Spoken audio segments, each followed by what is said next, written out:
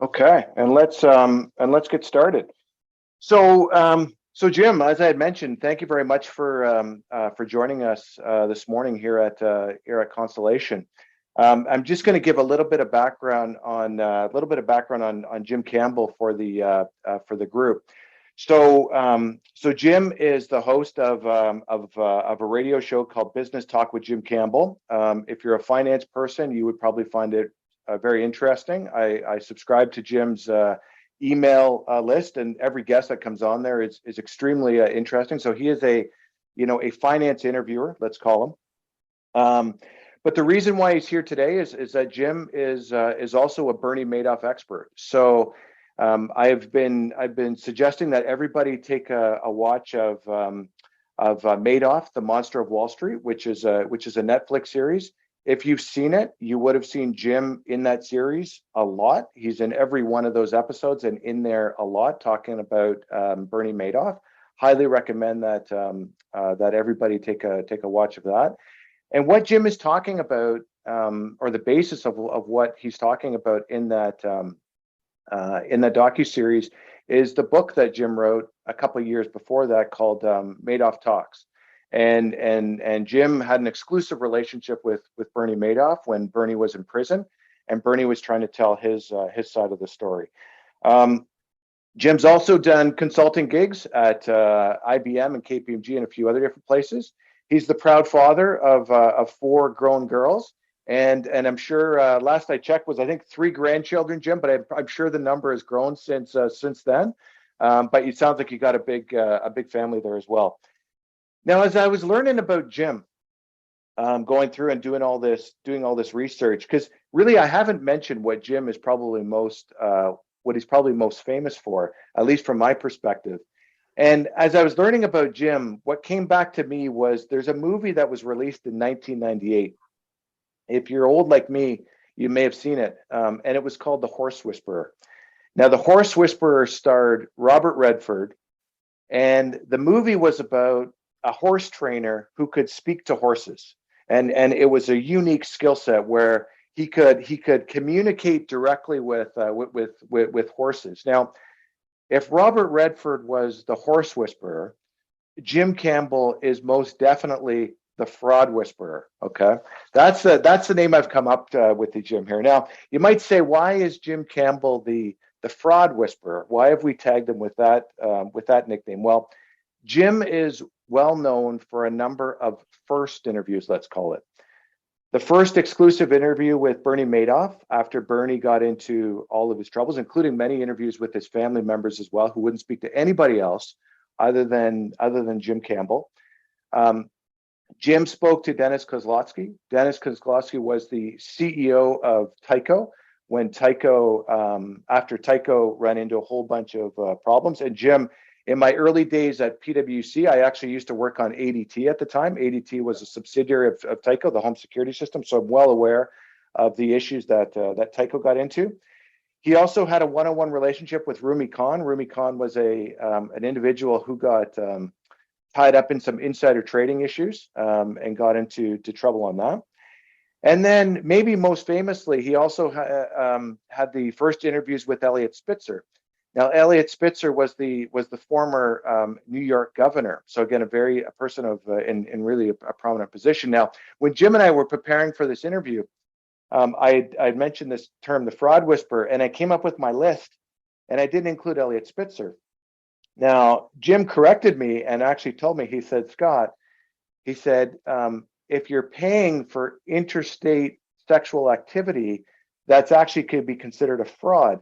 So now we've got all 4 of those people actually meet the definition. So being able to build up a relationship with this Jim is incredible. So if we basically have the Robert Redford of the finance industry joining us here today now. And Jim, if I'm being completely honest with you, I'm not sure I'd want to attend one of your dinner parties. And if I did, I'm probably leaving my wallet at home because the people you've got there are interesting. But we've got to dig into this a little bit and say, like these are, how did you build up a relationship with these individuals, and how did they get you to sort of trust you in bearing their soul? All right. Well, first, Scott, thanks for having me. It's great to be with Constellation and your companies and a Canadian business as well. We'll talk about banking later probably, but Canada seems to run their banks a lot better than we do. So anyway, it's the first time that anybody has ever compared me to Robert Redford. So, we don't exactly get mistaken looking alike, but and it's funny. I get teased about this a bit. I'm also the assistant news director at a radio station here in Greenwich, Connecticut, and the news director always jokes that you have to be in prison to get on my show. So a little bit of a history there. Let's be humble first. By the time I get to these guys, not a lot of people want to talk to them, and these are guys always burning to tell their story, because remember, they don't really sense that they're bad guys and that they have been wronged in certain ways and that they're victims. And I always feel like Richard Nixon, who was, people will remember from Watergate, always compelled to try to get out his story and to have another chance at being a big name and being successful. And I call it straight so that I think people feel comfortable that I'm not going to sandbag them or distort. In the case of Bernie, what I couldn't figure out why he would have wanted to talk to me. But in the end, I realized one of the major red flags in his fraud was that he had no independent custodian of assets. And any money manager should really be having their assets held separately, like at a prime broker or at a bank, so the money's there. And then the money manager does the trades. Bernie would never allow that. And now think about me. He viewed me a little bit as a custodian of his legacy, right? But he didn't want an independent custodian of his legacy. So he thought that he could probably con me into telling the story that he was trying to get out. And his son, I met his son by coincidence first when I was doing my show, and I was interviewing a woman named Laurie Sandell, who had written a book on the Madoff family life that Andrew had cooperated with a bit and forced Ruth to. She didn't want to do it. And then upon talking to him, he introduced me to Ruth because coincidentally she was moving to Greenwich, where I live. So I took her out to lunch. And Bernie, when he responded to me and she set me up with Bernie, I said, this is your chance to talk to history, but I'm going to vet every single word you tell me. And he said, Jim, Ruth and Andy have vouched for you. I'm going to accept those terms. So obviously it didn't quite work out the way he expected in terms of that. Let me talk Kozlowski now, the CEO of Tyco. If people will remember, that was the Enron era, right around 2000. And he was at the time cover of Forbes, #1 CEO, growth CEO in the nation. He was considered to be potentially the next Jack Welch. He revealed to me actually that Jeffrey Immelt, who was the last chairman of GE, and he were actually talking about merging Tyco into GE. Wow! Right before the arrest happened, and Immelt felt that it was too big of a deal for him to do right out of the chute following. But he also, and his case is a little different in that Tyco was honestly a run company that was reporting real profits. That was all real, unlike Enron, which was all financial finagling, engineering, et cetera. And he felt the board sandbagged him and that he got an abusive sentence, by the way, 10 years, twice as long as the average murderer gets in the US. Wow. And he, burning feeling that the board let him hang out to dry. Now, what was he doing wrong in my mind? He was treating Tyco like a piggy bank. It was run by a few guys and doing stuff like taking out hundreds of millions of dollars loans against his future compensation, which he would pay back. So he wasn't stealing it or anything. The government maintained he did that behind the board's back. I find that hard to believe. So that piggy bank thing, which Bernie had the same issue, was there. I'll finish up. Rumi Khan was part of Raj Rajaratnam, which was the biggest insider trading scandal. maybe Stevie Cohen when he settled with the government. She not only she turned informant, but even after she turned informant, they caught her cheating again, Wow. which tells you, you know, something. And she was a brilliant and basically, again, felt victimized. She cried when I interviewed her. The only person who's cried, and felt that she wasn't going to get a second chance in life. And I told her, in the U.S., we give second chances, but you have to show genuine remorse and you have to be reformed. Spitzer is a sad story. Would have been the first Jewish president in my mind. Utterly brilliant guy.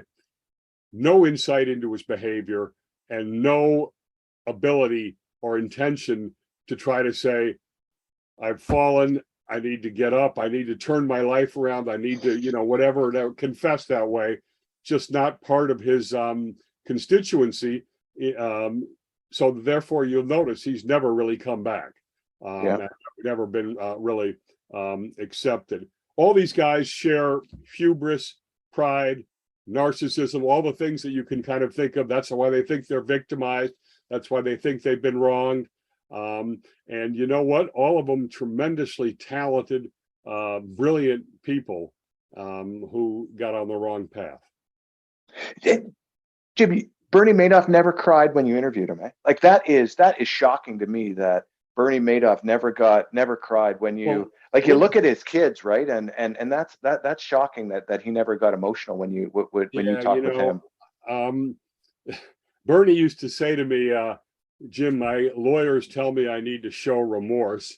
And, you know, I would, Bernie, that's not the best way to show remorse because your lawyers tell you have to, you know. So he, you know, that's where the sociopathic side comes in. It's not black and white.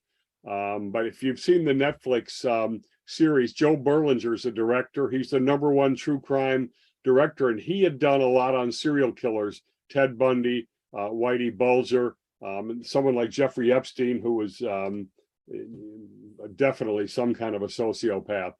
But you know, he would ask me, Joe would ask me, do I think Bernie's a sociopath? And I would say, Joe, you might know better than me because you've dealt with psychopaths. And he said there's a similarities in the narcissism, often charisma, often intelligence.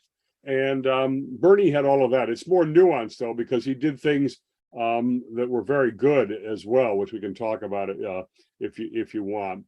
But you know, Bernie, the CBS Sunday Morning interview that I did, the thing that surprised the correspondent the single most was that side by side that Bernie had written me a 7-page, single-spaced, beautiful handwritten letter to somebody he didn't know, really. And side by side was a 1-sentence apology he wrote from prison to his son, Andrew, and Catherine Hooper, his partner. And it said, "I'm so sorry for everything, Dad." That's the entire thing, not even "love, Dad."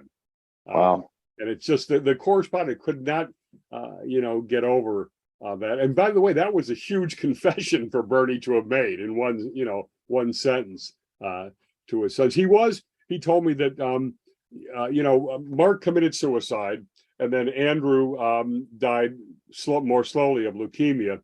And he did tell me that when he got the news that Andrew died, he was put on suicide watch in prison, and he refused to eat for a couple of weeks. So, you know, he doesn't quite buy that he had no, you know, remorse or feelings about at least his own children. I see.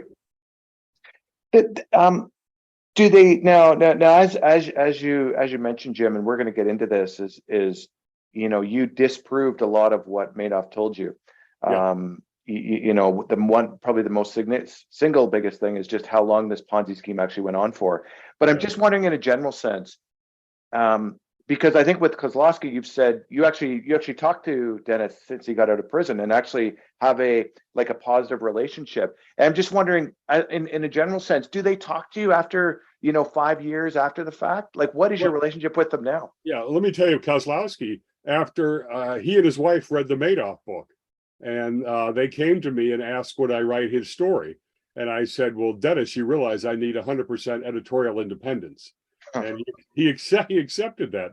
Um, and so the issue has been, is there enough interest in this still 20 years later? He is burning to get the story out. And by the way, he doesn't put any censorship on it. I can have anything I want. I can do anything, ask anything, go anywhere. He doesn't need any prior, approval.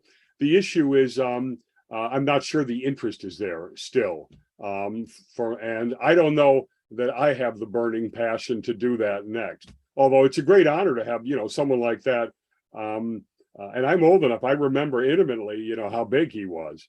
And so I've been to his apartment in the Trump building near the United Nations in New York City. We had dinner. He went over the whole thing to ask me formally to do it, but I have not signed on to do it yet. His second thing was, could I write a long article about it? And maybe I'll do that too, but it's not on the docket yet. So yeah, I have ongoing with him. With Spitzer, it's interesting. I haven't talked to him in a while, but I could email him and he'd email me back almost instantly. You know that he did a TV show. He really wanted to come back. That's why he spoke to me. He was going to build a path. He wanted to get back into politics. And, the first guy he'd spoken to, and he was going to try and get on. He eventually got a show on CNN, partnered with a woman.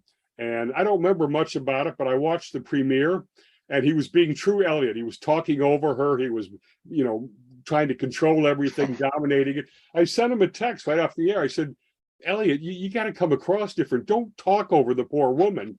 And, he responded right back. I have to say, all these guys let me ask any questions I want. I can beat up on them. I beat up on Bernie, and they, they take it and they give it back. And, so I have stayed. Rumi, I've had on a couple of times. I have not spoken to her in a while either. But yeah, I don't know. Now, Ruth Madoff, who we were very close, we were texting each other. We had lunches, emails, etc.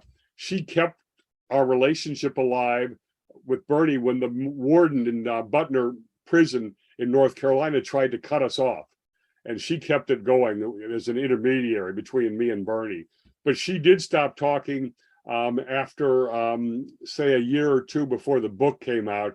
I think because of the fact that she's was trying to get Bernie early release from prison for health reasons. But I have not. She watched the CBS Sunday morning interview, which was right before the book came out. She has a signed copy of the book from me, but she has not spoken to me since then, which is, I've wanted to get closure, so I've tried to keep getting through to her, but I've not been able to. Last question on this group that fascinates me is what makes good people do bad things? Because like you say, Jim, and we'll talk about Bernie, obviously, is that he's actually did a lot of good things before this, like in terms of, like the, the on the cutting edge of electronic trading and all that other sort of stuff, and cutting down commissions and all. And he actually had a completely legit business, but separate from the Ponzi scheme. Yes. He's very, very charitable. He obviously gave lots of money to charity and things like that. So again, like you had said, done a lot of good things. And I'm sure if you looked at those other three individuals, I'm sure they maybe share some of the same characteristics. You had mentioned terms like brilliant and things like that, which I'm sure all apply. And I'm just wondering, when you look, and again, you've, like you say, your radio show, this is kind of, one of the focus areas is these type of individuals. What makes good people cross that line? What makes them do bad things? It's not only is that a great question, but it's one that I agonize over a lot. And in fact, I won't even start with the top guy. Eleanor Scolari, who was Madoff's right-hand person on the 19th legitimate business, and we'll go through all this detail, but she literally had this path issue that tormented her, because the equivalent of her on the 17th floor, which was the Ponzi scheme, they came in the same day. They both had only high school educations. They were close friends, and Eleanor could never figure out how it is that she went this way, the right way, never cheated, and she went the wrong way. That we'll talk about later. But it is it's Shakespearean in nature, and it's tragic. And, to me, the common denominator is hubris and pride, inability to admit wrong or to not be perfect or to not be able to deliver. And they can't get themselves out of situations then, which get them further and further on that wrong path. And it is tragic because Bernie Madoff, and you could take Elliot Spitzer, you can, first Jewish president. Bernie could have been the equivalent of a Bill Gates on Wall Street, right? And so why the heck would you do that? And you've got a legitimate business that's worth $3 billion, even without any Ponzi scheme. And it's unfathomable. And we can talk. Well, we will talk about inside Bernie's brain because it is unfathomable. But I think it's character flaws, a lack of moral courage, a lack of self-confidence. So they constantly wonder if they're really as good as things are. And then this pride that goes along with the insecurity that they can't show any kink in the armor, and they can't admit any loss, or they can't admit that they didn't do something right. So they double down on it and they lie. And in Bernie's case, he did not come from a strong moral fiber underlaying him. In my book, I dedicate half the book to my dad, who gave me the moral foundation that Bernie so sorely lacked. And if you don't have that, it's not necessarily easily to construct it for yourself, or it's harder to construct it for yourself. But I attach it in the Shakespearean, form to this hubris, this pride, this overweening desire for power at all costs, no matter what it takes. And starting off maybe cutting corners a little closely and then bigger and bigger. The other thing is this criminal mindset. What stuns me in that way too is if I was caught running a Ponzi scheme and I was able to get it so that I got out of it with a minor sentence or probation or something, I would sit there on my knees and vow never to cross any line ever again for the rest of my life. And yet, time and time again, these guys just go right back at it. They can't help themselves. As Frank Casey once told me, there's people that walk corners this way and that way, just like you're supposed to on a sidewalk. And there's others that will always cross right across the diagonal. They'll cut right through. They're unable to follow the right path, literally. And, I don't know that I could say much more, then I'd be pretending, because why do people do this stuff? It is crazy. Now, when you get through, I knew Bernie so intimately, I had a pretty good sense of his actual mind, but it still doesn't make any sense. And you know what? Bernie would tell me, Jim, nobody knows why Madoff did this. And, I would say, Bernie, you're Madoff, Well, what you didn't say, Jim, in all of that, which Yes. again to me is shocking, is money. It's like money and wealth and being able to that is not that is not the primary lead on all of this, right? I'm sure it's part of it. Obviously, people want money, but that's not the lead, right? The lead is, like you say, it's more about power and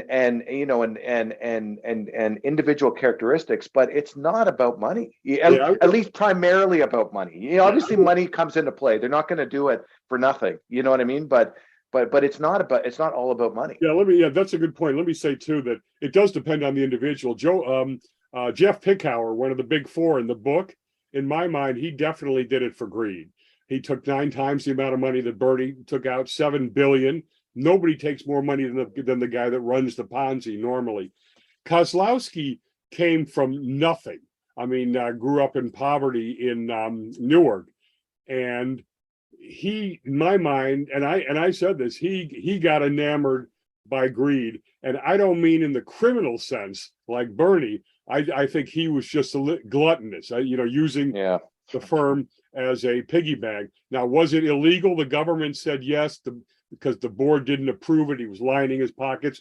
I don't think that there's a strong case necessarily that that's true, that he stole money, but he clearly enjoyed money.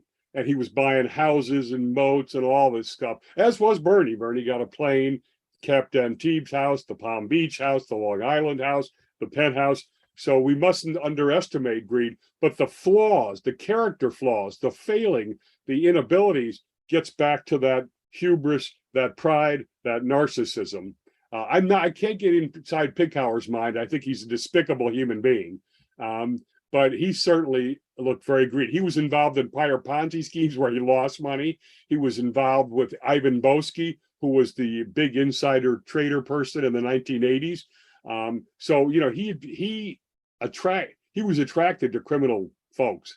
And well, on him, Jim, the one quote on him in your book that I'll never forget, I read it about 3 different times on Pickhauer, was that his wife was terrified of him. Like, I had to read that, I think, about 6 times, and I was laughing out loud saying, if there's going to be a knock against your, it's one thing if your wife doesn't like you, that's one thing, and maybe she turns into your ex-wife, that's one thing, but it's another thing to say one of the people that knows you the best is your spouse, and to say that she's terrified of him is again quite the words to use when describing your husband. Let me give you a scoop then that's not in the book. Give you a little insight into Bernie's passive-aggressive hatred of Pickhauer, which in and of itself is kind of bizarre, right? Because Pickhauer was bailing him out as well as extorting and blackmailing him. They had a place in Palm Beach right near the Madoffs. Bernie had an affair with Barbara Pickhauer, which was clearly driven by passive-aggressive hatred of Jeff Pickhauer. That is not in the book. So now you got into talking that you're talking about Kozlowski and that you're thinking about potentially going down the path of explaining the story on Kozlowski. So the next topic of conversation is, why are we all so interested in Bernie Madoff? This happened in 2008. You wrote a book about it. Netflix does I can imagine getting on Netflix agenda is extremely, extremely difficult. Just in terms of trying, I'm sure they have a million projects that are pitched to them, and trying to get on their short list is extremely difficult. And the docuseries came out in whatever it was, December or January. Why are we all so fascinated in Bernie Madoff? It's nearly 15 years since the whole thing collapsed. You know what? 100 years from now, people are going to still be interested in Bernie Madoff. It's not only the scale, 65 billion, biggest Ponzi scheme in history, a Ponzi scheme that lasted 40 years, which is incredible. But it's like the American thing. We want to, and it may be universal, we want to believe too good to be true, right? And that's what this was, a story that was too good to be true. The returns were too good to be true. It was an affinity crime, in this case, Jewish. 85% of the victims or charities were Jewish.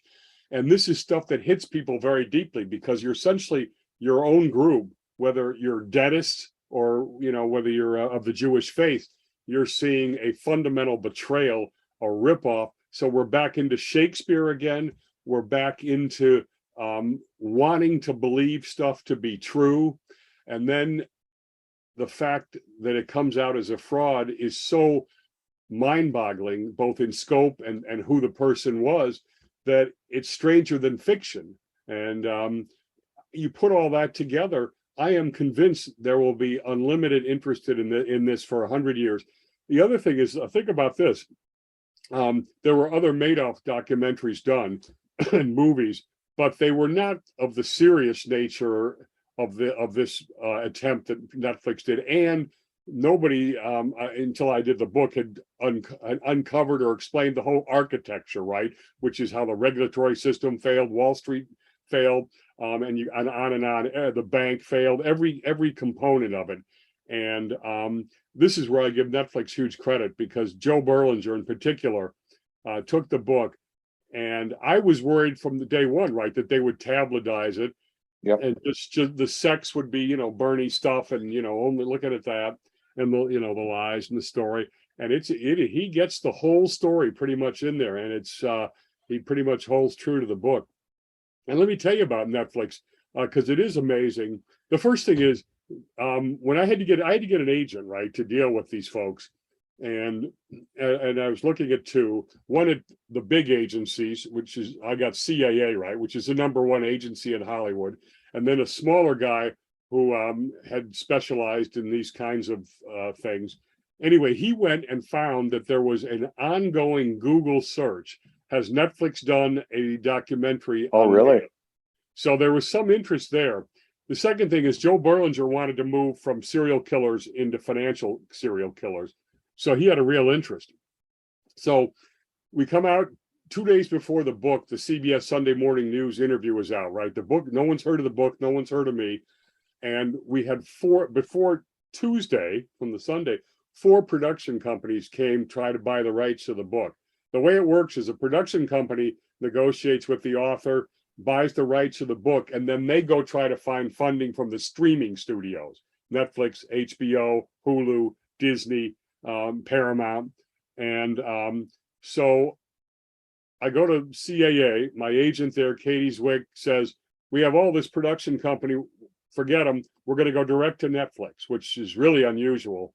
And we're going to try, and we're going to get you the best deal from Netflix, and we're going to get you the best director, this guy named Berlinger. So I have a Zoom call during the pandemic with Joe Berlinger and his team. And I'm prepared to start off on my knees going like this. Before I could speak, Joe Berlinger, and he's sitting in like in a V. He's in the front and his staff is all behind him. And he goes, my development guy here says, I have to have this book. What do we need to do? Wow. And I was completely flabbergasted. Now, maybe that's his MO, but it really worked. And so they put us together and signed the deal. And here's also interesting. Netflix comes up back and says, we want the book rights and we want the movie rights, right? The unscripted right is documentary. That's what we were talking about. But what they call scripted rights is movie. In other words, if they fictionalize it. And they say, we want that in the deal. And I say, no, I don't want to sell the movie rights and the documentary in the same deal because I think I can get more separately. Now, remember, I'm nobody, right? So Netflix comes back and says, sorry, the deal has to include it. So I tell my agent, tell him I'm walking. And my agent went to Berlinger, the director, and Berlinger went to Netflix and said, he's walking unless you take that out. And they took it out. They have the right of first refusal. So what happens next is I spent 3 months. I turned over 40,000 documents to them. And they spent 3 months in pre-production, basically teaching them because none of them have any idea of finance, nothing. And then they filmed it for about 4 or 5 months, of which I went out to the studio in New Jersey 3 times, and they filmed me for like 10 hours. And then Netflix takes it the final 4 months to get it ready for all the countries. I don't know what that means, subtitles or whatever else. And then it came out in January 4th. Netflix was tremendous. Joe Berlinger, tremendous, great people, integrity, honored the book, treated me so well. It was a great experience, and it's going to be seen by 150 million people, which is pretty mind-boggling. Wow. You mentioned would you be okay if they did something like HBO did that little one with Robert De Niro? And it sounds like they, as with any TV show or movie, they're going to take the truth and bend it. You know what I mean? And it sounds like Bernie was a little upset with some of the bending that they did with that. Would you be okay if they did that with your book, where if they came out and said, look, here, we're going to do a movie on this and we're going to bend a couple pieces of this? Oh, in a movie now? I would not have been happy in the documentary if they did anything like that. And let me tell you something. Joe did a series on Jeffrey Epstein, right? Everybody's heard of him.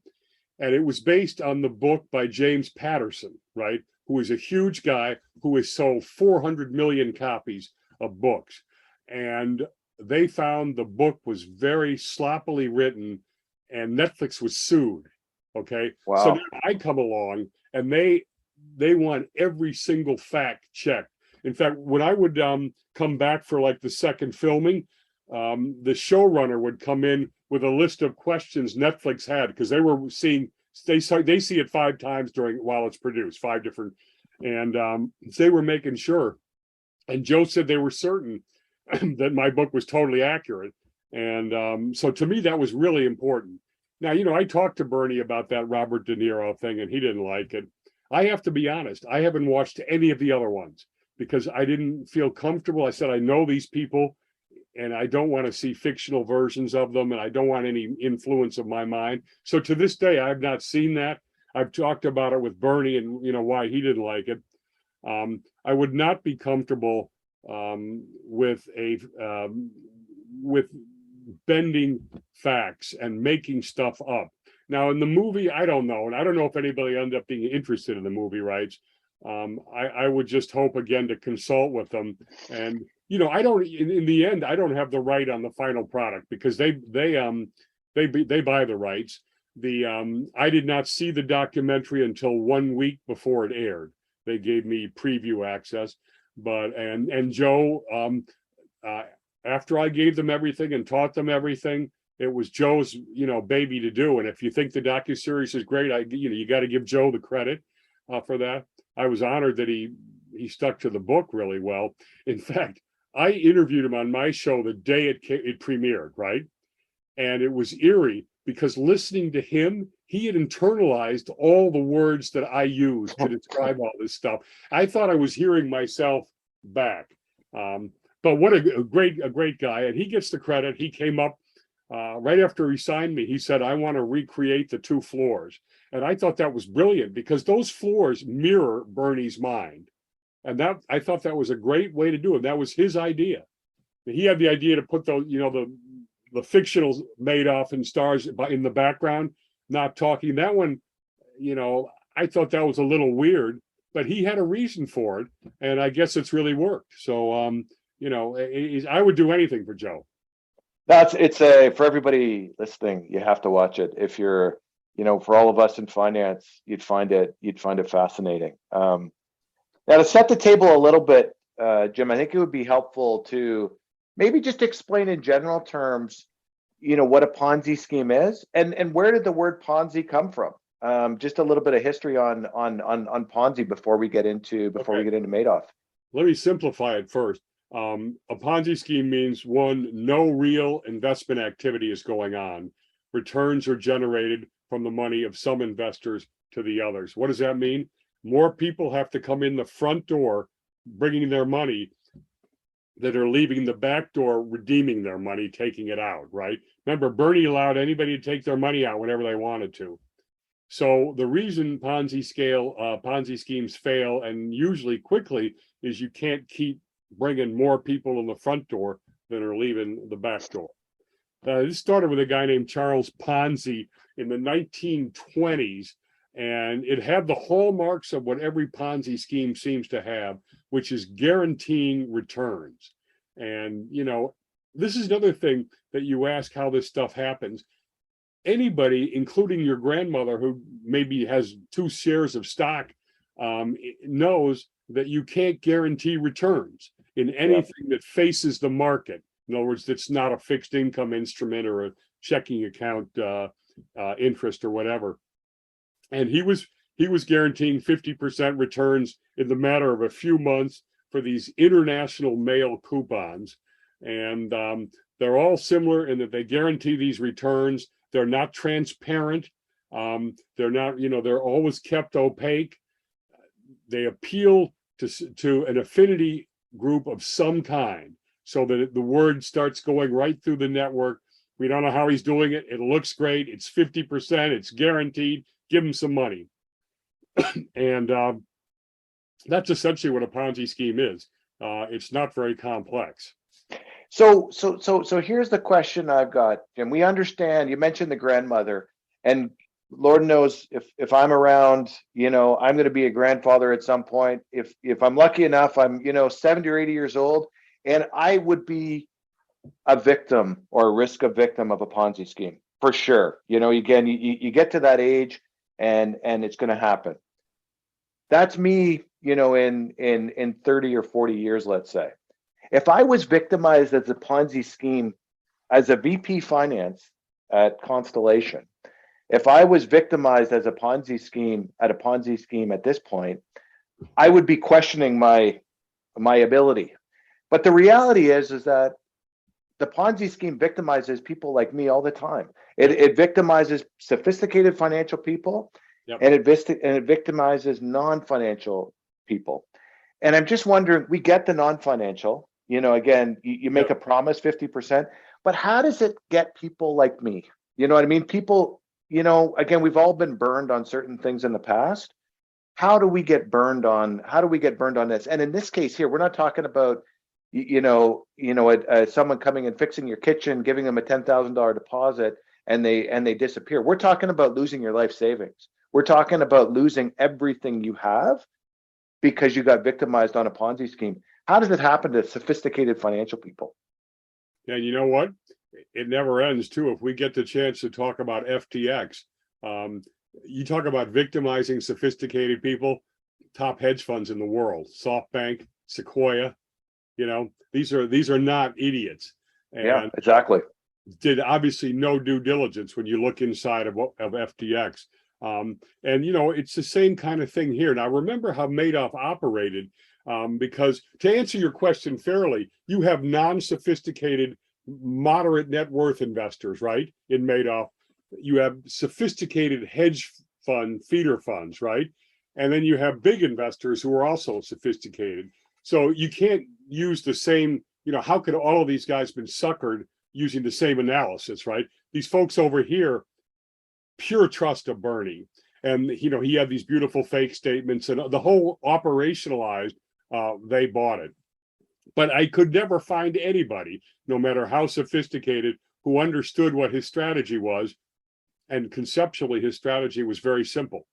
So, he kept that opaqueness. Now, that middle group, as I went across here, the feeder funds, their only obligation is due diligence, right? Because they make a little 1% fee on top of the management fees that the money manager gets to basically say, Scott, here's your risk profile. We have to, honor that so that you can sleep at night. You want X, Y, and Z. You're willing to take this level of risk. Oh, and in my 50 managers that I vetted, these 3 are the ones that match up to you. And then I got to put that money with them.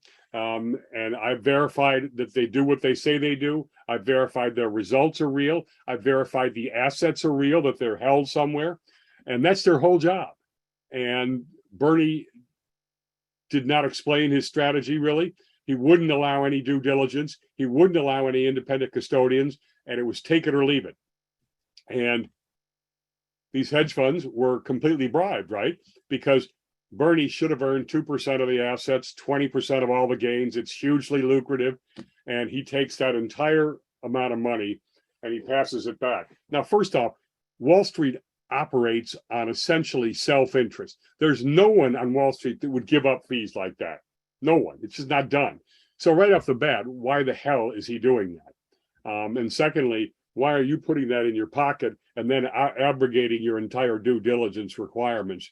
Because Bernie wouldn't allow it. He'd say, you want to ask these questions, here's your money right back.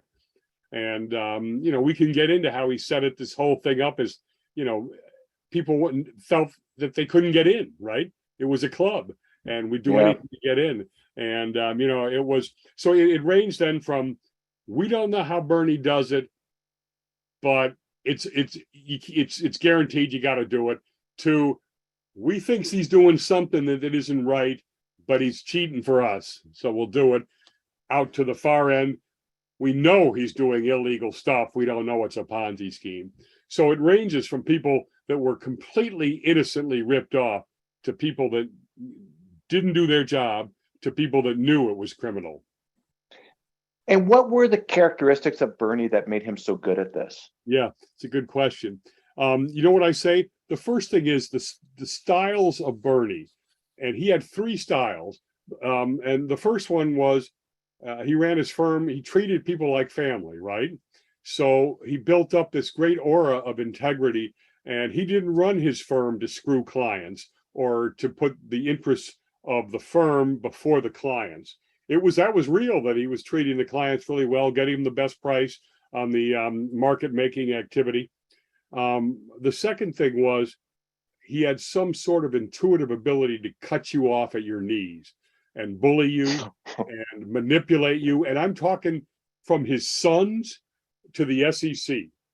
He just knew how to do it. And people constantly ask, how could the sons not know? We can talk about that. And he had an intuitive sense. He knew where your greed factor was. He knew exactly how to manipulate you. He knew how to set himself up. I used to say, Bernie, do you consider yourself a con man? And he'd go, Jim, maybe I am, but I don't really see it. And I said, you know what? The reason you're such a good con man is you come across as the anti-con. He's behind the curtain. He's not out conning people. He's telling you, I don't want your money. I don't need your money. Don't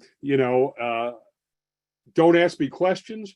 I will deliver for you.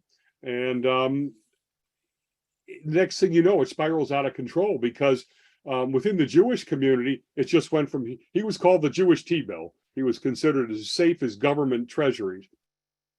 And it just spread like wildfire. And the guys that were spreading it all had financial incentive to spread it. Wow. He knew exactly how people were motivated by money, and he used it to the hilt. These people on the 17th floor who enabled it for 40 years and never understood it was a Ponzi scheme. These were high school unsophisticated graduates. He plied them with millions of dollars, and basically got them off on that path so far down if they could never get out of it. One of the interesting pieces of this is obviously where Mark and Andrew fit into the story. Maybe just talk a little bit about them, about where they fit into all of this. And, before we get into what did they know versus what should they have known, but maybe just explain their role in the, in the company, let's just call it. Yeah. It was a genuine family firm. Peter, who was his brother, and Bernie started it in 1962 with $5,000 from lawn services and lifeguarding that he did back in Rockaway, Queens, which is one of the northernmost points from Wall Street. But from where he came from, metaphorically, it's like different planets. So he starts this firm basically with Ruth also helping out administratively, and she ran the books, kept checks and everything, which doesn't look good when you think of what happened in the long run. And getting some water. The boys grow up worshiping him. This guy's the king of Wall Street, literally. And Andy would say they would go into a restaurant and people would be coming up and kissing Bernie's ring, basically. Wow. And Bernie was an OCD level control freak. The boys were not even allowed to put posters up in their rooms. Everything had to be straight and narrow. And that's how they grew up. And they were destined to go into that firm from, basically probably the day they were born. They started out as interns there.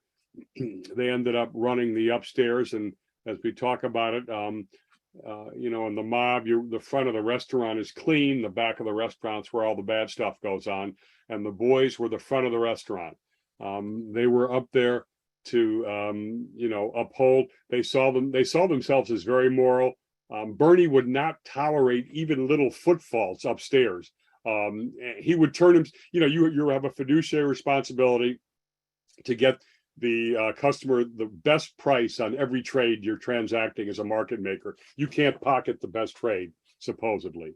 And not only did Bernie honor that, build his systems around that, he'd self-report himself. And so that's how the boys were brought up. Bernie kept them away from anything that would allow them to have knowledge of this. And again, perfect at cutting them off their knees. Andy even wanted to go work for Goldman Sachs to see if he could make it on his own. And Bernie made him feel so guilty that he couldn't bring himself to quit. And I asked him, Bernie, and he said, yeah, it's true, Jim. I manipulated him to keep him here. I thought that, he'd be in a worse position if he got on the outside. They assumed he left because he knew. So I wanted, to keep him here. But it wasn't. It was just because he wanted to control him. And that's how he was. His brother, was very close to him, but Bernie bullied him, manipulated him, treated him like dirt when he needed to, and Peter put up with it. So in simple terms, they've got the back of the restaurant on the 17th floor. The kids aren't allowed there. That's where the Ponzi's going on. They've got this market leading business and this prop trading, which is legit. That's where the kids are involved. 2 floors apart. So the obvious question is that you've been asked a million and one. I'm going to make it 1,000,002. Right. Is did Mark and Andy know what was going on at the on the 17th floor? Right. Let me tell you first off, when I started this, the Justice Department, the Southern District of New York, the FBI, the bankruptcy trustee who goes after the clawbacks, the forensic examiner who reverse engineered it, who I became very close to, and I put him in the book as one of the heroes, Bruce Dubinsky. Every one of them said that the boys and the family had to know.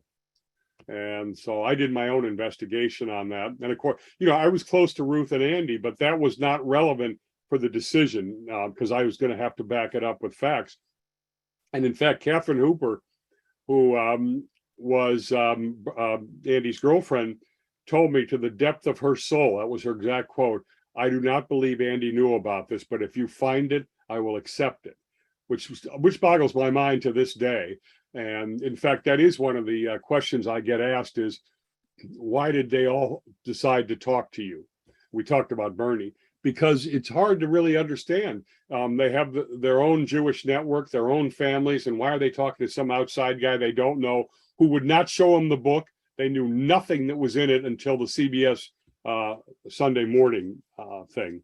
So, the boys, they literally went downstairs. Eleanor told me only like 5 or 6 times in 20 years, mainly to check on things like electrical switches or something had gone out.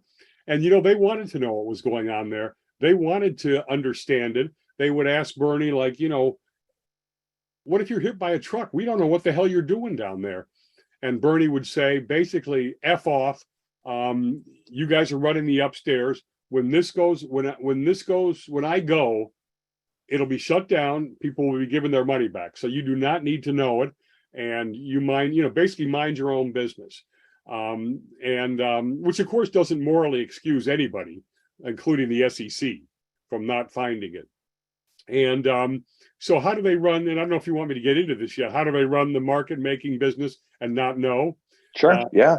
Okay. So first off, Bruce Dubinsky uncovers that $800 million has been funneled from the 17th floor through various ways into the 19th floor back door, right?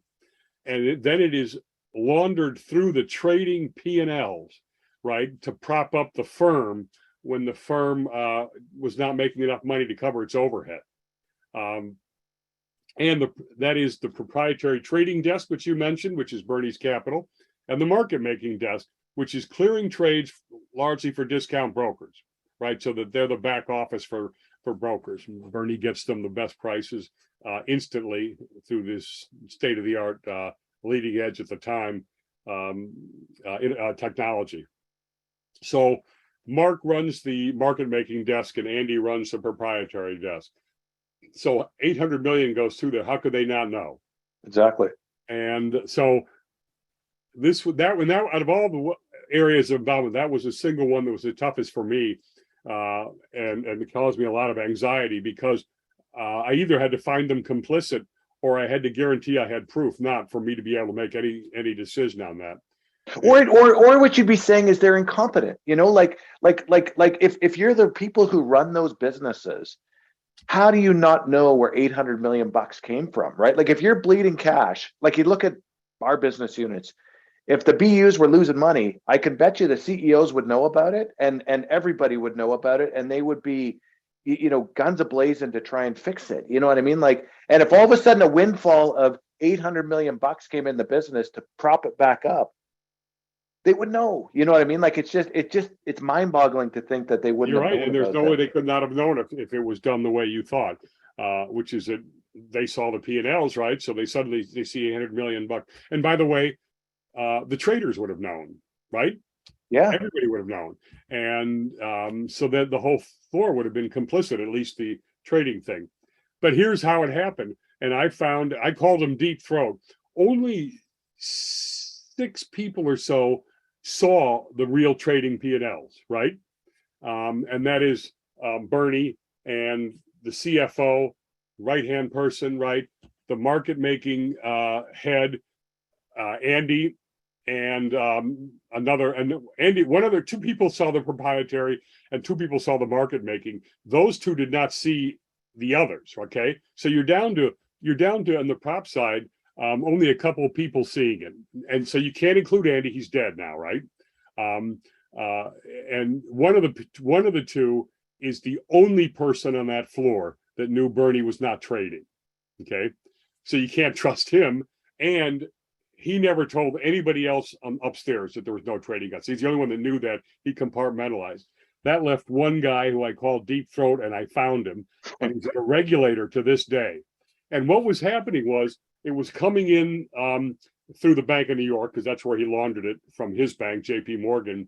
And the chief financial officer and the right-hand person and Bernie were hiding it.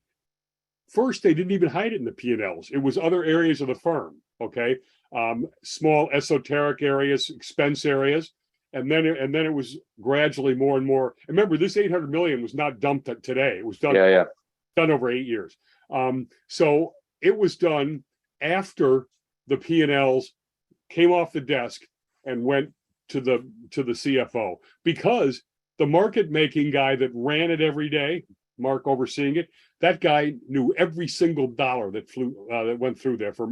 He created the system, and he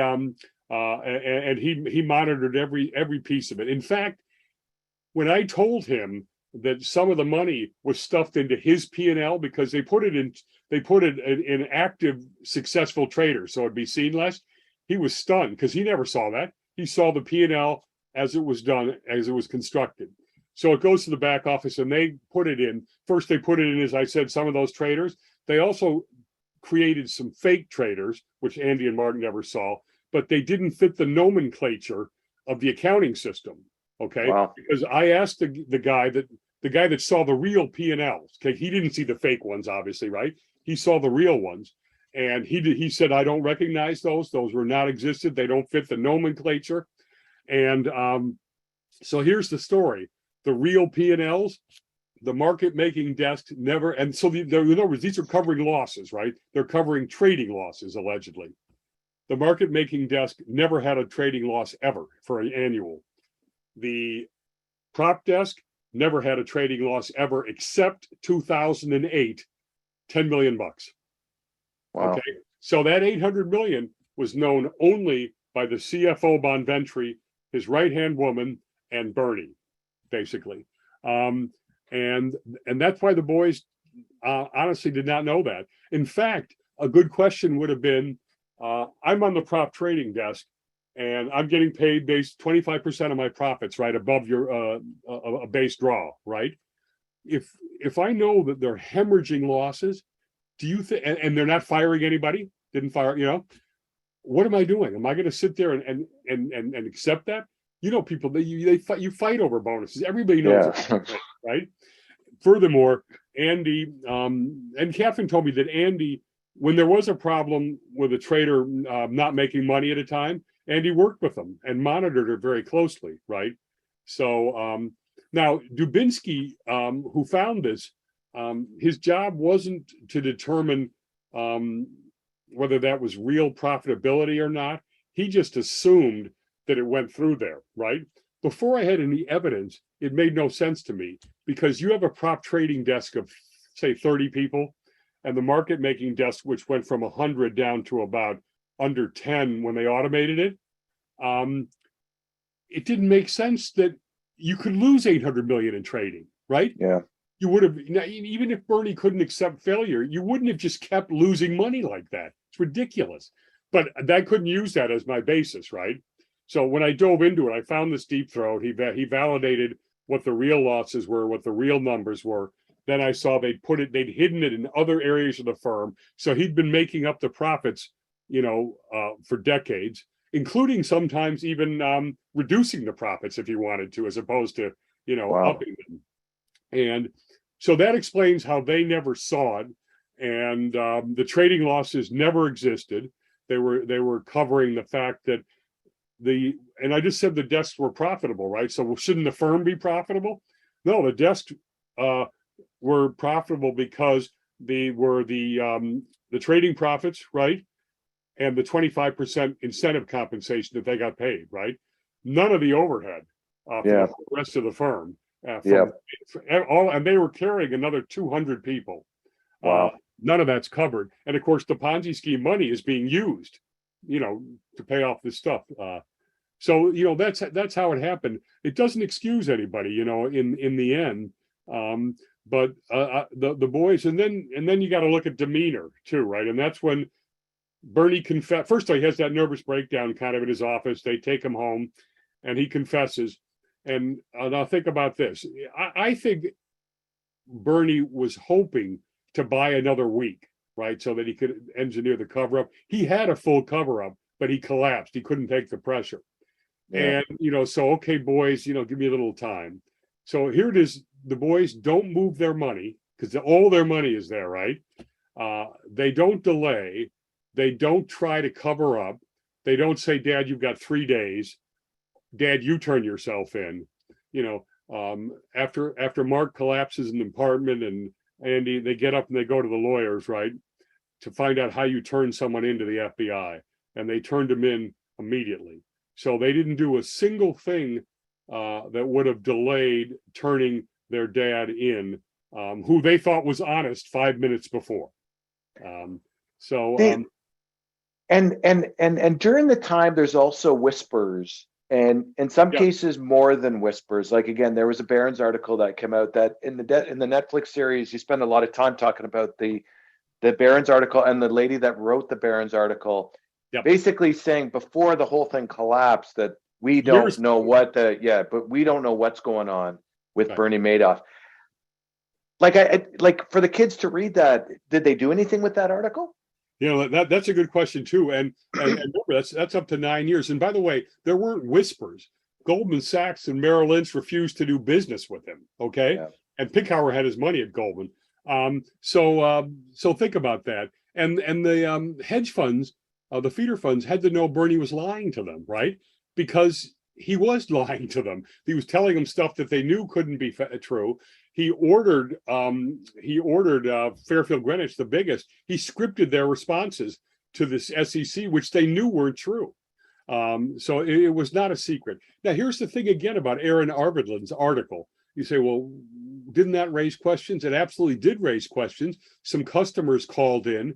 Frank DePascali shut it down so quickly, said that it was zero truth, it was wrong, and basically they threw it out. And I still can't believe to this day, talking to Aaron, who by the way went to the same college I did at Tufts, that I would have expected this too. She expected the phone to be off the hooks on Monday, and not one single phone call came in, not one. Now how is that possible? And as you know, I mean, go to Harry. Harry had 30 red flags laid out, which did nothing.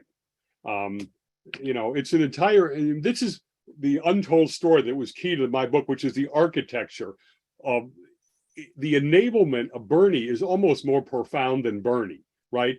That Wall Street turned a blind eye, that the hedge funds had willful blindness, that JP Morgan didn't find this. And as I told you, Jamie Dimon called me the day the Netflix thing came out, the next day. That the SEC missed this 5 times, that FINRA missed this, that SIPC basically scammed the FDIC equivalent on Wall Street. And Bernie used to say to me, Jim, if the SEC didn't find this 5 times, why do you expect my sons would have found it? Well, why just on that point, you rhymed off a lot of large institutions in that point. How did the SEC miss it? Because again, they are required. They have an external auditor as well. The external auditor worked out of a strip mall. That probably is self-explanatory. They're not using a large firm, but the SEC, you don't get a choice you get a choice to pick your auditor. You don't get a choice in your regulator. How did the SEC miss it? Yeah. And by the way, just go back to your auditor question. Tell me this. Name me any reputable firm on Wall Street, any reputable corporate guys. I take you guys, I'm sure none of you guys all have either big four auditors or the big regional Grant Thorntons, all of Absolutely. them. The hedge funds had all those guys. So why that wasn't a huge red flag? And by the way, it was, of course, JP Morgan's CEO, he became CEO, said, call that number in Jersey to make sure it's not a car, a car wash. and I joked it was a laundromat. It was, because laundry is money. So there's no excuse for that. The SEC, how did they miss it?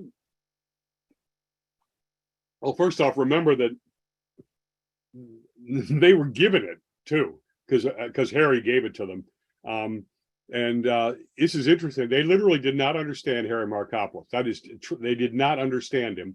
The second thing was they thought he was, and the reason they got on it was they were a competitor of Bernie's, right? And Harry's boss was saying, how the hell is Bernie doing this and you can't do this? And that's what set them on it. So the SEC thought they were disgruntled competitors who they didn't understand. And that was Harry's fatal flaw. Because if you read the book, his associate, Frank Casey's an Irish raconteur. He can explain to you how it was a fraud in 4 minutes. Harry is right into the fourth derivative under the table within 5 minutes, and it's hard to follow. He's a different person now. I'm close to him. He's very humble now. He understands he didn't dumb it down. He understands he offended them and that he was arrogant. So then you have to go inside the SEC's internal, and by the way, Bernie's very much trusted by the SEC. They would go to him and say, we don't know what Goldman Sachs is doing in this thing. Can you explain it? He created the NASDAQ architecture. He was the chairman of the NASDAQ. So we don't need to go further into the fact that he had huge credibility already. FINRA trusted him so much, they sent their, I don't know if people know what FINRA is. It's the self-regulatory agency on Wall Street. It reports with the SEC, and they examine all the firms. They send their freshman examiners every year to Bernie's office for orientation because his office looked like a Hollywood set for, the way it was so beautifully laid out. And Bernie wined and dined them. People from the SEC would hand them their resumes when they were examining because they wanted to work for him. Now, the structural issue is at the core of this, because people will say, well, all the things I just gave you is why they treated him well. No, they still examined him.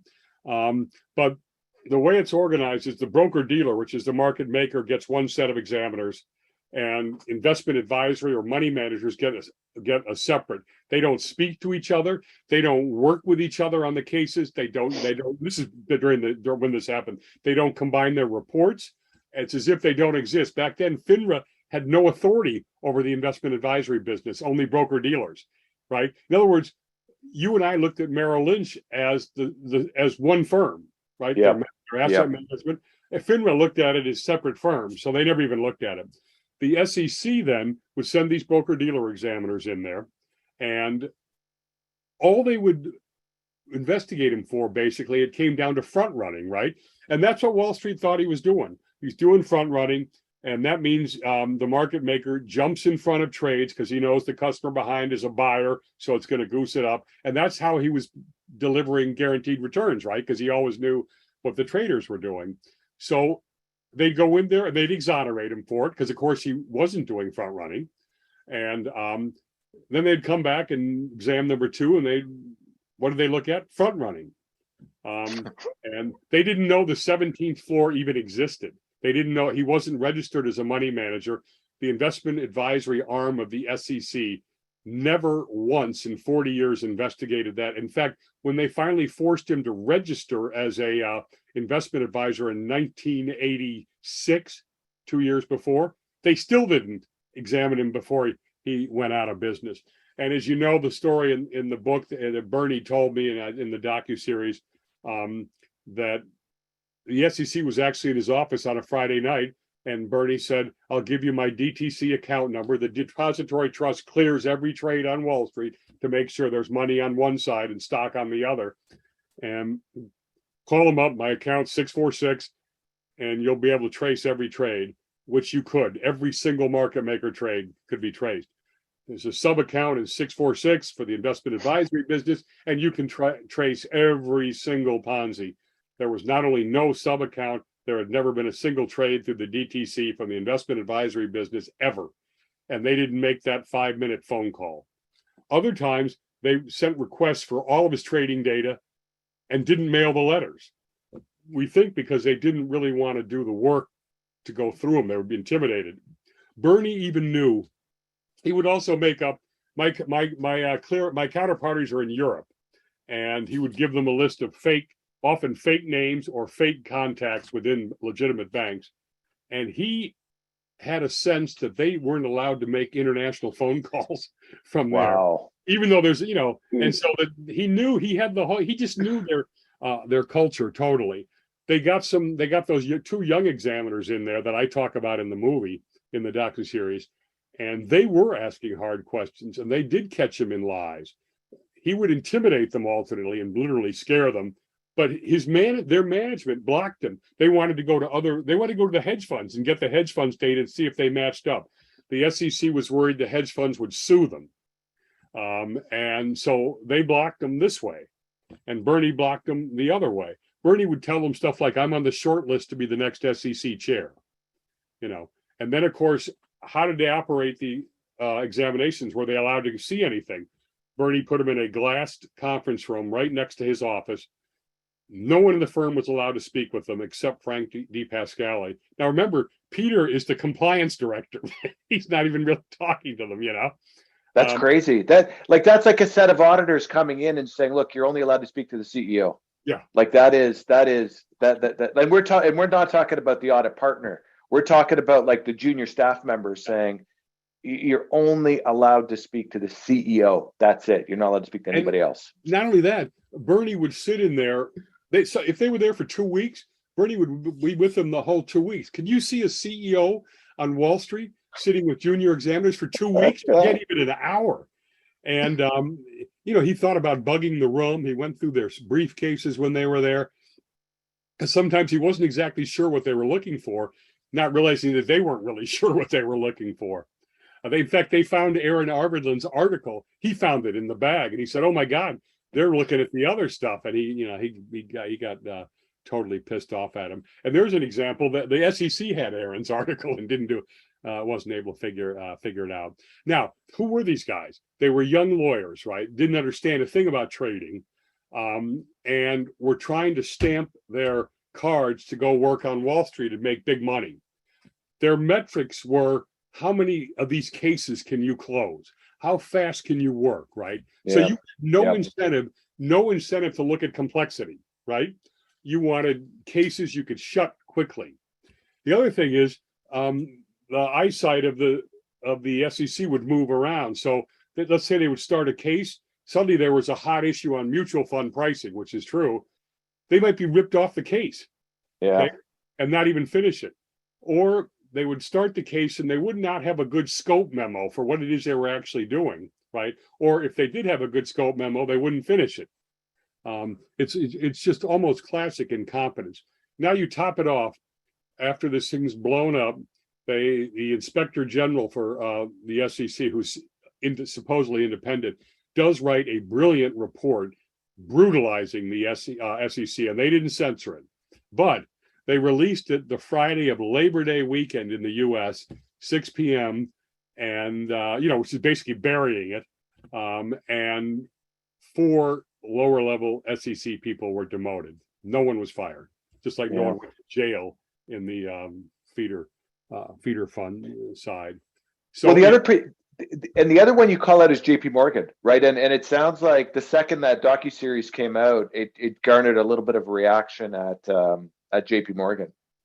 Jamie, first, I guess I should say, I counted 6 different divisions that crossed Madoff within J.P. Morgan, and I was going to find them willfully blind, which is a criminal offense if you can prove it, right? And obviously, the bankruptcy trustee sued them for $19 billion. And the case was thrown out of court. So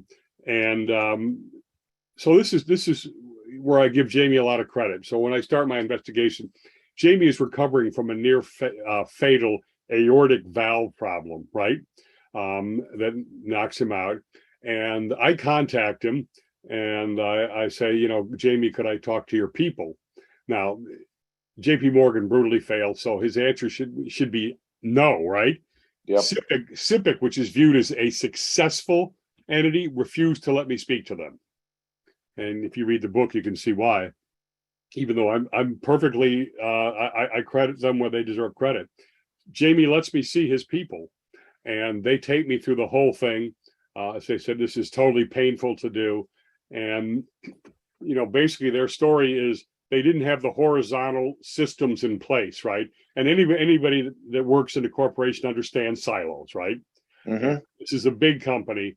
And so the silos, the information didn't flow. So all the red flags that were seen in different areas were not put together until the UK did it.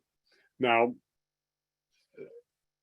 the 703 account, basically a checking account, $170 billion went through that account over the years, which is an unbelievable amount of money.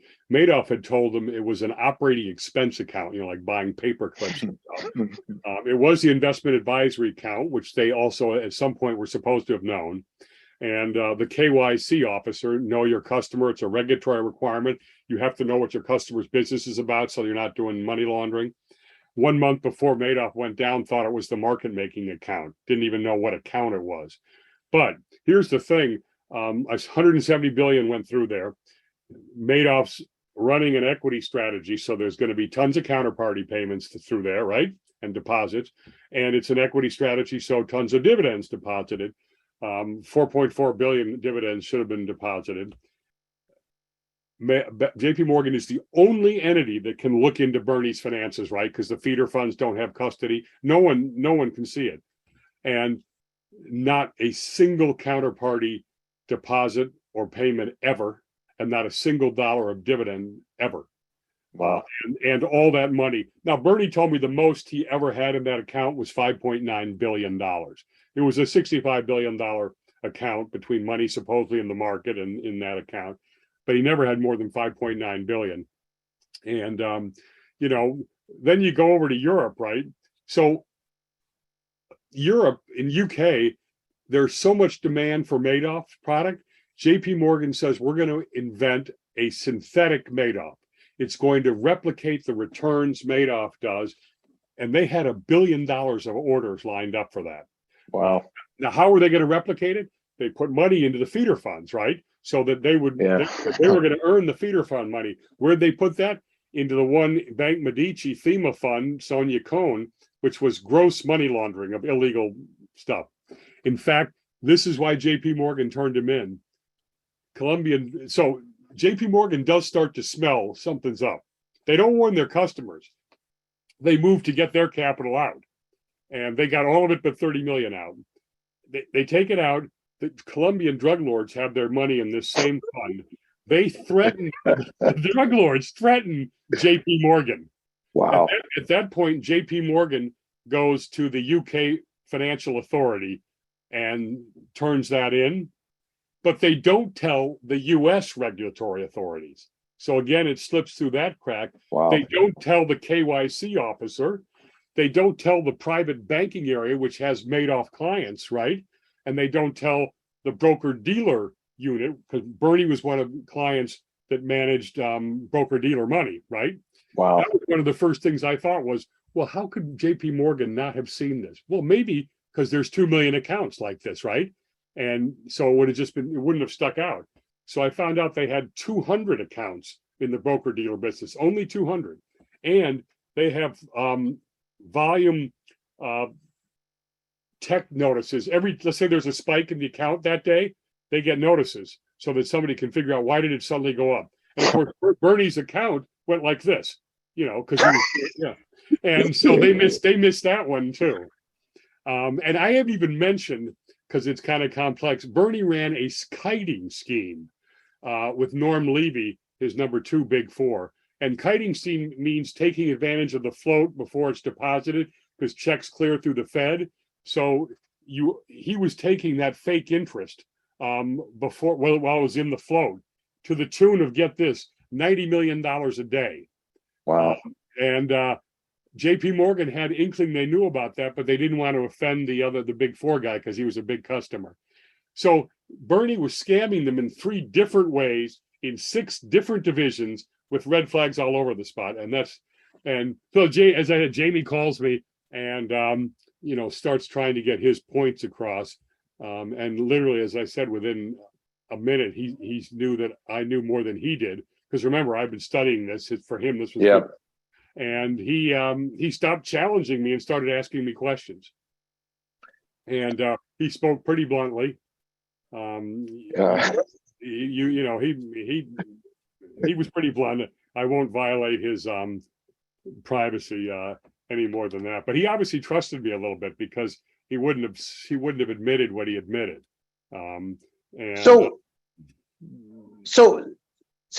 then, as we reflect on it, Jim, I'm interested to know your perspective on career advice. Like, when you sit with your daughters, let's say, and say, look, when you pick the company you want to choose, you're going to work for, or if you're working at the company and something doesn't feel right, like, what's your career advice to people out there to say? Because there's what did you know, with the going back to the kids, there's what did they know? That's one thing, and you're saying, you know what, they didn't know. That's kind of the conclusion. But what should they have known? And that's a much broader question. And the reality is that if you get caught up with this, and you've got to put resumes together and things like that, like those people, if they've worked there for 30 years, what are they going to have, a 30-year block in their resume? You know what I mean? Like, so I'm just wondering your advice on everything you've learned, and not just from this, but again, you've interviewed lots of people like this. Is career advice for people to say, look, like, how do you know? Should you know in these situations, and what do you do in those situations? Yeah, you know what I say is, the values of the company start at the top, and the way that they behave drives the business. Now, how do you determine the way they behave? Through the management incentive compensation system, because people behave how they're paid. Wall Street is the extreme on that, but your bonus, your salary are tied to the objectives that are set for you. Are they realistic? Are you told to tell the truth on outlooks and stuff? Or are you fudging your numbers because that's what they want to hear? Are you paid to do stuff that screws customers? Sell them the wrong product, sell them the product that makes you more money, but isn't the right product for that company? Is the culture short-term profit driven only? And to survive, you need to make your numbers. One of the things critical about General Electric was, and what happened to them, was the culture was so make your numbers. Yeah. After a while, first off, you cut corners, and they did. They played with reserves in the finance division, GE Capital, and because there's a lot of movement to play around with those numbers, and you feel like you have to report what management wants to hear. So all of a sudden, 4 layers down, by the time it's getting to the CEO's office, it's not truthful, or it's not accurate. Yeah. And by the way, I started my career at IBM, and in an international division, and we had to give outlooks. And I was right out of business school, right? We had to give outlooks every month on performance. And you would not believe how scared the people were to report to the controller and up. I mean, they were literally scared. And you know what? Those guys wanted to hear the truth, Yeah. Because they wanted to know what's really going on. Now, they may have been upset about it, but it was a very intimidating environment, and ultimately, a company can't survive unless real information is filtering up. But if you find yourself in that kind of a culture and you're not comfortable with it, you pretty much really should try to leave it, right? Or you're going to find yourself compromising yourself more and more over time. And we haven't even really talked ethics yet, or when you see fraud, right? This is company culture. Yep. And that stuff you got to find out to the extent you can before you come in too. When you hopefully are doing your due diligence through people that have worked there, through your network, etc.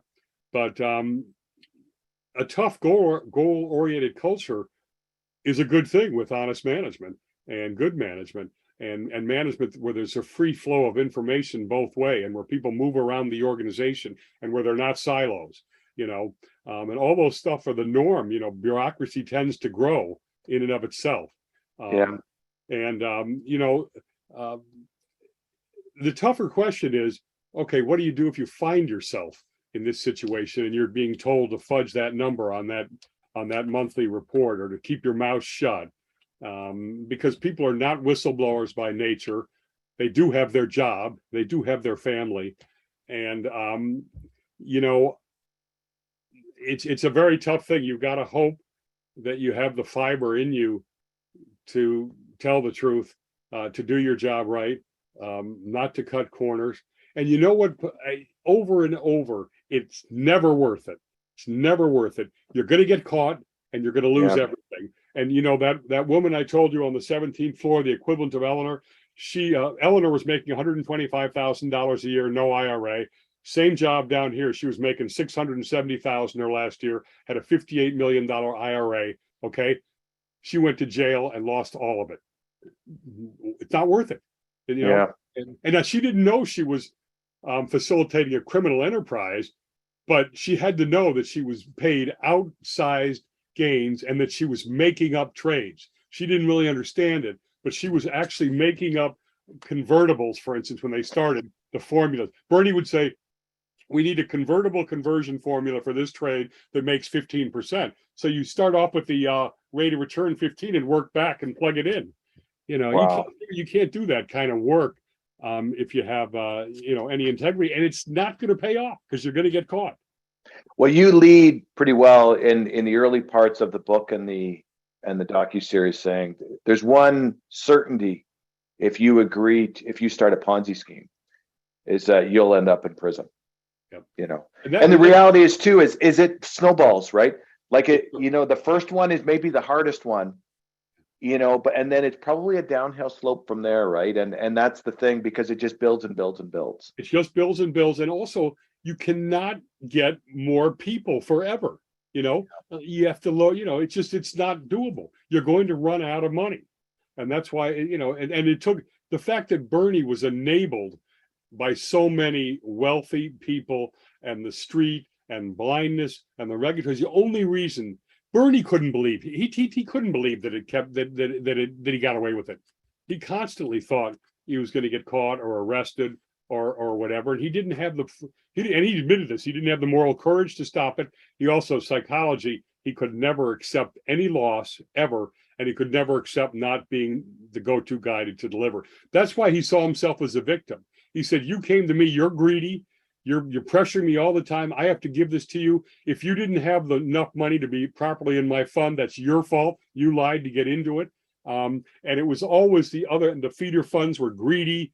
And it was always everybody else's fault because he thought he was delivering. Yeah.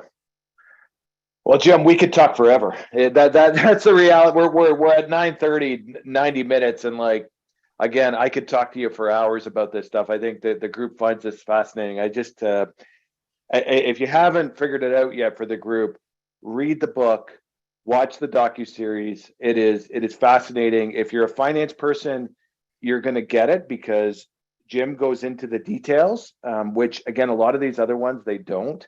And as a finance person, you'll get the details and you'll appreciate the details. That all of that knowledge you build up in your field. You watch something like the Monster of Wall Street, and again, that knowledge actually makes the series much more enjoyable for you because you actually understand all of the details. So, Jim, again, on behalf of CSI, thank you very much for joining us this morning. We need to get you back because again, you're an expert in Silicon Valley Bank. There's so many other things, and you've got we had so many other things on the agenda to cover. There's so many other stuff to get at. But again, this was a fascinating conversation. Great work on the book. Great work on the docuseries. Again, it's a great educational series for anybody. You can learn so many things coming out of this. So many life's lessons, on how to conduct your career and how to, ethics and all this sort of stuff. But again, on behalf of CSI, Jim, thank you very much for taking the time this morning. We really appreciate it. Let me just say, Scott, that you spent a couple of months, in prep for this and the ideas and the concepts and all the questions and all the due diligence. You didn't skip your due diligence. And it really, that kind of stuff means a tremendous amount to me. And the fact that people read the book and have seen it before they ask their questions and everything. And as I told you, anybody there that has the book that wants a signed book plate, I'll send them to Scott. You just stick them in your book and everything. And believe me, it was my honor to be with CSI. So thank you very much, Scott. Great. Thank you very much, Jim. All right. We'll talk soon. Okay.